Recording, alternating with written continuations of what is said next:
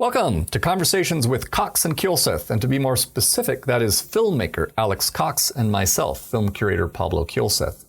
Alex will join us by phone from his home in Oregon, while I sneak away from my office to call him from one of the projection booths used by the International Film Series, which has been screening foreign and independent movies at CU Boulder since 1941. We will keep our chats to about 20 minutes as we discuss whatever movie-related topics grab our fancy. Thanks for joining us. Okay, action.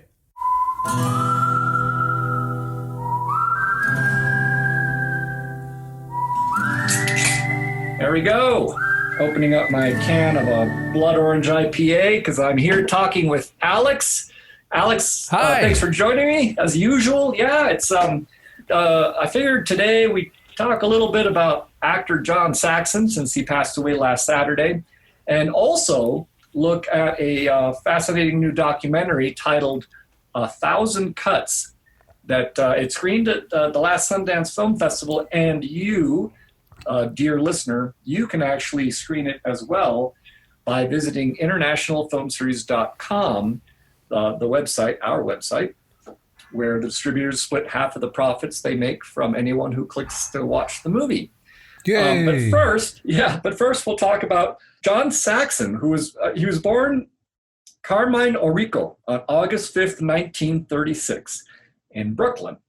A prolific actor with almost 200 credits to his name, and I'll admit that as a horror fan, I'll remember him for like Nightmare on Elm Street, Black Christmas, Blood Beach, and some work with Argento, but also a ton of TV shows like Night Gallery and $6 Million Man.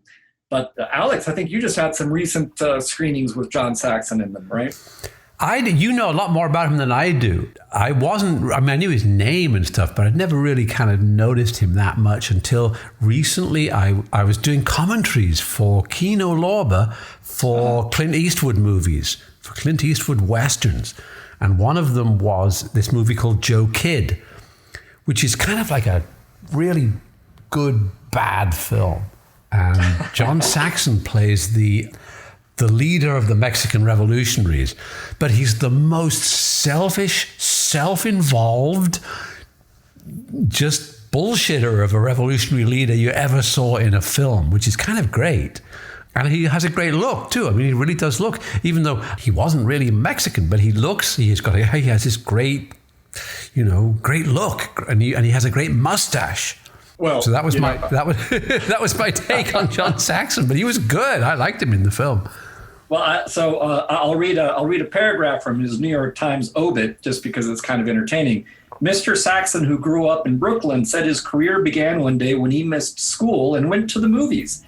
Coming out of the Times Square Theater, he was spotted by a modeling agency representative, and soon his picture was in magazines like Modern Romance. One photo caught the attention of Henry Wilson, a noted Hollywood agent, and at 17, and in parentheses it notes that he fudged his age on the contract to make himself a year older, Mr. Saxon was off to Los Angeles for a screen test. And so that's another reason why people should go to the movies, because you never, at such time Absolutely. As we are allowed to go back to the movies. But yeah, you might come out and be spotted by a modeling agency representative. That's why I go to the movies. It hasn't worked yet, but I as soon as they reopen, that's where I'm going to be. I will add one more note that was of interest from reading the obit, which was that I guess he was sometimes referred to as a poor man's Marlon Brando, and he did play alongside Brando in was it the Appaloosa? And that's also I haven't seen the Appaloosa. I know. Don't know why I haven't seen it. I just never got around to seeing it. But Saxon was an Italian American, and back in those days, obviously Hollywood was less concerned about cross-racial casting, and he was allowed to play. He was Mexican Bandits. He also, in various other shows, played all kinds of other ethnicities. So just it's amazing what just a little bit of tan in the skin color will allow back in the day. Well, there was this rule in Hollywood, which I never could quite understand, which is that Mexicans are not allowed to play Mexicans. And the only directors who ever broke that rule, and they only did it intermittently, were John Ford and Sam Peckinpah. I was going to say Sam Peckinpah. There's one other. There's also John Huston. Yeah. Well, didn't Sam Peckinpah actually, didn't he just dart across the border to engage in all kinds of debauchery between movies? So he must have. Oh, I think he was debauched on both sides of the border on as many continents as he could manage. I have to tell you, it's nothing to do with John Saxon, but Rudy Wurlitzer told me a really funny story about going to Japan for the premiere of Pat Garrett and Billy the Kid. And Peckinpah was going and Rudy was going, and they're on the plane, and they're in kind of what, this is 1973, but it was like what was business class, so they got like a bed that, not a bed, but like the seat tilted back a little bit and they got given a load of booze. But then Peckinpah found out that like up the little staircase, there were beds and there were Japanese businessmen in these beds. And so he just he had road rage on the airplane and insisted that he be put in a bed, and the All Nippon Aviation like woke up one of the businessmen and got him out of bed, and so Peckinpah could have his bed, and so that was Rudy's experience of going to Japan with Peckinpah and Dustin Hoffman for some reason. I think Tootsie must have been opening at the same time. Well, it's not road rage, Alex. That would be sky rage, and it happens all the time. And I'm guessing that it's probably still happening now. In fact, even though there might be a couple airlines that are going so far as to make sure the middle seat is not booked during this time of plague, but I've been hearing a lot of airlines are packing people like sardines, and so sky I've rage. seen that too. I've seen the same thing, but it can't it can't endure. It's only enduring because of the billions of dollars the government's throwing at the airlines. My guess is that if the pandemic endures, the airlines will be like Amtrak. The big corporations will give up on air travel, and it will be left to the federal government to cobble together something like Amtrak, a national airline. And so instead of there being like 6 or 8 flights a day from Los Angeles to London, there'll be like one big airplane that goes once a day. But but maybe it'll have some beds on the second floor, right, for the first class. You bet. All right. Well, so we're going to switch radical gears here because we are one of many art house theaters that will be screening a documentary titled 1,000 Cuts. And you can go to internationalfilmseries.com to click on a link that will let you watch that film, and you will support both the IFS and the distributors who put out the film, the documentary. This is 1,000 Cuts was directed by Ramona Diaz, and it's a look at how the Philippine president, Rodrigo Duterte, uses social media to spread disinformation. Most of this, I guess, was sort of like taking place around the nation's midterm elections in 2018. I feel like the doc has an anchor it's got a protagonist. It's, well, 2 protagonists. Obviously, Duterte is one of the protagonists, but then there's also the editor-in-chief of a publication that called Rappler. I mean, it sounds like a gag. It's called Rappler, but it's a real news agency, and they apparently are, a crusading and honest outfit. Yeah. Well, I must say, I mean, that the editor-in-chief, her name is Maria Lessa, and she's, you can tell she's smart, and she's got the goods. And she mentions what she faced in this documentary, and it's basically something that has global implications regarding the current threats to not just journalism, but also democracy. What's fascinating is to see how she's basically taking apart how social media was weaponized and how smaller countries were basically used as staging grounds for the weaponization of social media in the U.S. with the Philippines. Yeah, she says that the Philippines, among other countries in the South, were used as tests by Cambridge Analytica for social media activities in the American election. She had this one quote that was it was cut a bit short, and she was mentioning as an aside to the person talking to her how she wished she had brought that up while she was, in front of the podium talking to a crowd, and she didn't. But it was something along the lines of how data is plutonium and things are going nuclear. And I thought that was and that was the stupidest thing in the whole documentary. Because to possibly imagine, just because you think your world is important, because you're a journalist and you're a new media journalist, you work on the internet, to imagine that damage to your business can be the same thing as a nuclear war is absurdly neoliberal, self-involved nonsense. But it's still getting to she was addressing the main point about how the threats to journalism and democracy. So yes, maybe it's I know that the nuclear issue is dear to your heart, and there was actually, I was just reading just to coin a phrase. Well, no, I hear what you're saying, because I think, she's obviously a very good woman, and she's a crusading journalist, a heroic journalist, which, heck knows we need heroic, hardworking, investigative journalists. But that said, the documentary is the word Manichean? How do you pronounce that word? The battle of good versus evil. And you and I both know that there isn't actually a battle of good versus evil, that things are more complicated than that. Yeah. It's a PBS production produced by Laureen Powell Jobs, Davis Guggenheim, and other very highly placed worthies in American society. And it pits a heroic journalist against a populist president. Now, there's a lot of takeaways from that. We're told that populism is bad. We're told that journalism is good.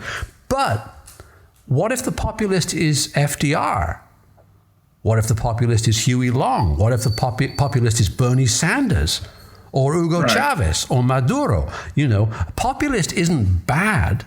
Populist is somebody who fights for the poor and the working class and takes on the oligarchy.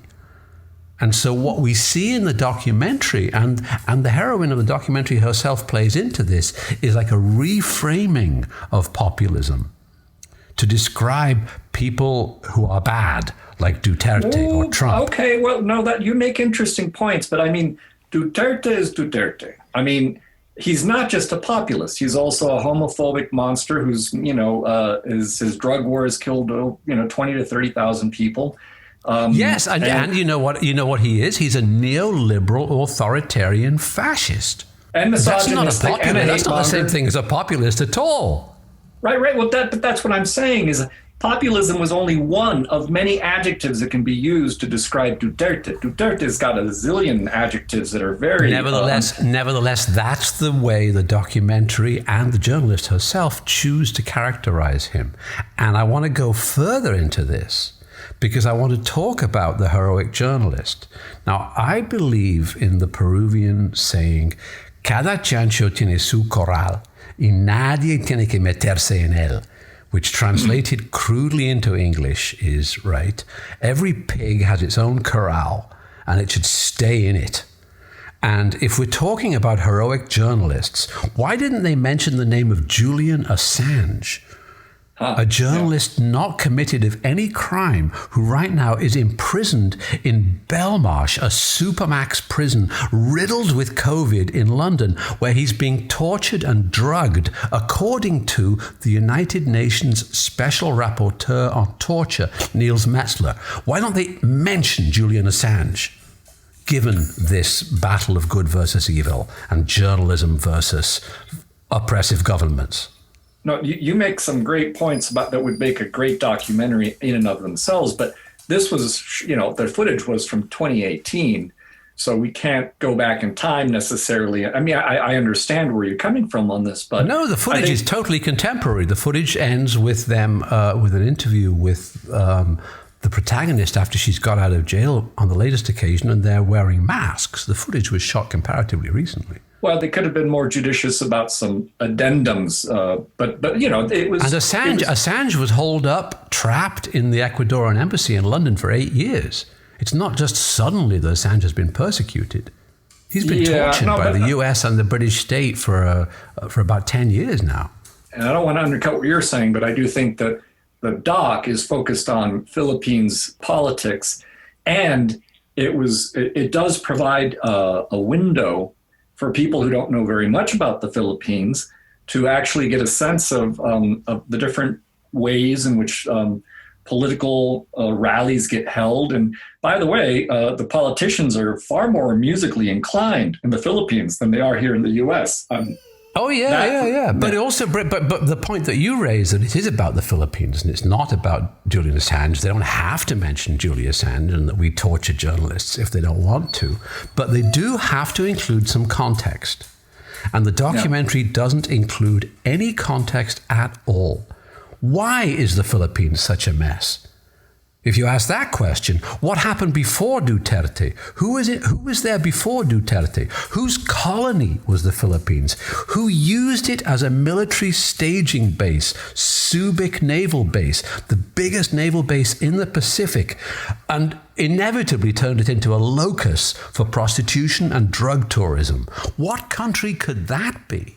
I'm going to let you fill in the blanks, because I was also going to ask you, Alex, if you've ever been to the Philippines, and I will be the first to say I have not. So I haven't. No, so I'm not knowledgeable about the Philippines at all, except what I read in scurrilous online places such as Rappler. But I do know about Subic, about the Subic Naval Base, and the Philippines, after the Americans took it away from Spain, was an American colony for a long time. The Americans were very present there. They killed a large number of people there. They stamped out communism. But inevitably, any large military enterprise full of sailors and soldiers and stuff is going to attract prostitutes, alcohol, fast cars, and drugs. And Duterte is our child, which is why he's so enthusiastically embraced by the word. But then you get this dichotomy in the USA where the Democratic Party they don't like Duterte, but they do like Guaido in Venezuela, because he's a bit cleaner cut, and it's sordid. It's sordid that Americans go around pronouncing around other countries and having opinions about other countries, and the British too. It's sordid that the British do it. It's sordid when Amal Clooney is standing there in front of a big board that says UK government, deciding which journalists are good and which journalists are not to be mentioned. Which brings me back to Assange and the ongoing torture of Assange, who, unlike the journalist hero of this documentary, is not out on bail. No, sobering points. And, in terms of the U.S. influence abroad, though, let us not forget that the U.S. it bombed itself more than any other country. And I was just reading articles about the thousands of deaths that were unreported, based on those, nuclear tests that went, upwind and downwind. And so we don't just... Isn't that interesting? No, you're right. Isn't, because, and also the Russians. The Russians just bombed the hell out of Kazakhstan, and the Americans bombed the hell out of Nevada, And there's an amazing... Have you seen that video online that somebody has created? You can see all the nuclear tests from the one prior to Hiroshima all the way to the last actual, or I think it probably ends in like the late 80s or the early 90s. But it's a fascinating world map where you just see the proliferation of nuclear explosions and how the American West must have been devastated by the endless atom bombing of its own territory. It's amazing. And and this is not just a total aside, because I think that we just passed the 75th date from when Hiroshima and Nagasaki. It's the 6th, isn't it? Tomorrow. It's the 6th and the 9th of August, isn't it? So it'll be tomorrow. And it might seem like a long time ago, and at the same time, we're still grappling with a lot of the poison and the toxic elements of that. The mindset that unleashed all that fury and and death. So, and we need to concentrate on that. We need to concentrate on that and meditate on that and think, what are our priorities? What's more important? Worrying about social media or worrying about nuclear war, which is worse, messing with the internet or destroying whole countries militarily. So in that sense, the documentary raises some very interesting questions for us to ask ourselves. Just because there's a bigger problem doesn't mean we can't also look at, other issues that are also problematic, because I think they do they intertwine, don't they, after a while? No, I absolutely agree with you. But I think that just as Filipino journalists should be focused on the real problems in their country, and obviously the staff of Rappler are really concerned on the problems within their country, I think it would behoove the Brits and the Americans to really focus on the serious problems their countries face. And by the way, it's tomorrow, August 6th, will be marked as the 75th anniversary of Hiroshima, of the bombing of Hiroshima. Yeah. So much to think about, much to ponder. So we're recording this on Wednesday, which is August 5th. So if Jason actually puts this up, people will be listening to this on August 6th. So I guess it's fitting that we somehow got ourselves talking about Hiroshima and atomic bombings and the Hibakusha, and we hope that it never happens again. Yeah, boy, let us end on that one note. Let us hope it never happens again. And let us make it, Let us make it never happen again. Let it be our waking and sleeping thought that this outrage never happen again. We got a lot of fights on our hands. We got a lot of good fights that need to be taken on, and that's a big one. That's a big one. But you're the man to do it, Pablo, and I'm counting on you. I'm behind you all the way. All right, sir. Well, I am going to morosely drink the last half of my beer here and think deep, depressing thoughts about plagues and atomic warfare. Oh no, they're saddening, but there's always happiness, to be eked out.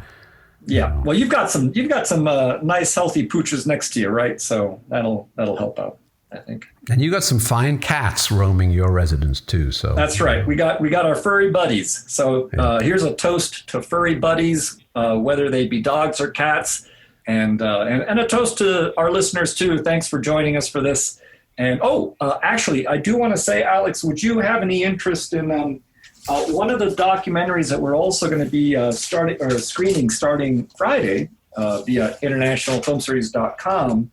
It's going to be a documentary about the music magazine Cream, which was known as a very influential magazine of its time. They covered a lot of the punk rock scene.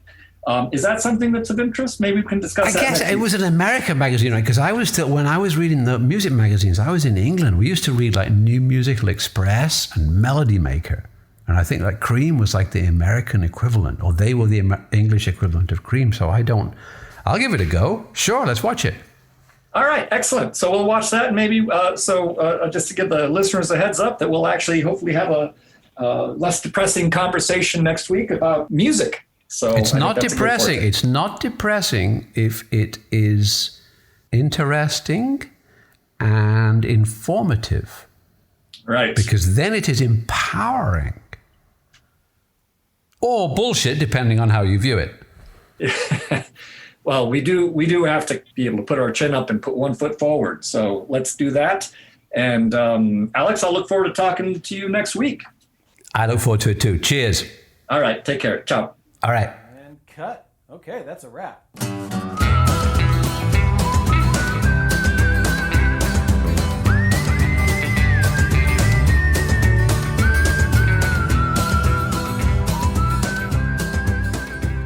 Thanks again for joining Alex Cox and myself today. I'd like to thank Jason Phelps for handling the audio and Ted Thacker for letting us use the intro to his song, The Ballad of Slim Cessna, for the musical cues that bookend these conversations.